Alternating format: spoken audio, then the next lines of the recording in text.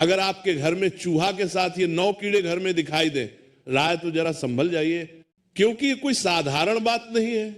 शास्त्रों में कहा गया है जब चूहे के साथ ये 9 कीड़े घर में दिखाई दे तो समझ लो घर में किसी बड़े शुभ परिवर्तन की शुरुआत हो चुकी है।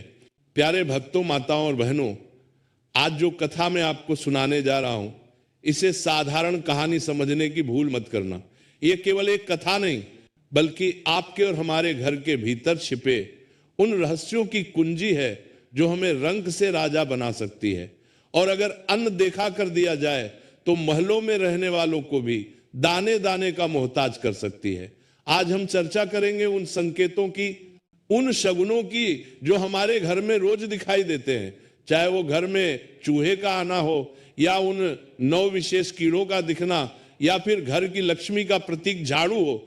ये सब बोलते हैं, बस हमें सुनना आना चाहिए। तो चलिए अपने मन के सारे द्वारों को खोल लीजिए और बड़े ही ध्यान और श्रद्धा भाव से इस कथा का रसपान कीजिए। प्रेम से बोलिए श्री हरि विष्णु की जय।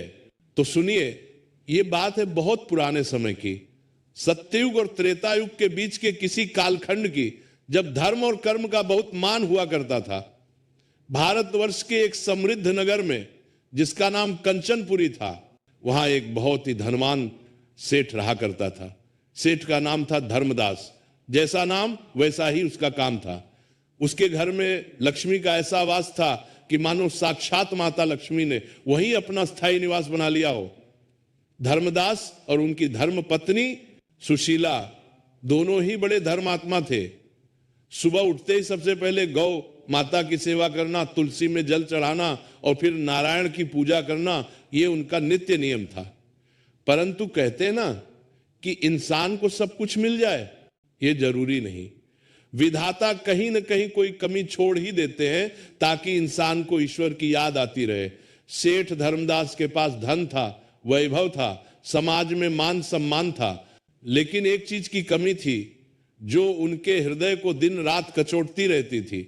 उनके घर के आंगन में किलकारियां गूंजने वाला कोई नहीं था। वे संतान सुख से वंचित थे। कई साल बीत गए, कई तीर्थ किए, कई व्रत रखे और अंततः उनके पुण्य कर्मों का फल उन्हें मिला। भगवान की कृपा हुई और बड़ी मन्नतों के बाद उनके घर एक कन्या ने जन्म लिया। भक्तों, जब बहुत प्रतीक्षा के बाद कोई फल मिलता है तो इंसान उसे अपनी आंखों का तारा बना लेता है। सेठ और सेठानी ने अपनी पुत्री का नाम रखा सुनंदा। सुनंदा दिखने में तो साक्षात चंद्रमुखी थी। उसका रूप ऐसा था कि देखने वाला देखता ही रह जाए। शुक्ल पक्ष के चंद्रमा की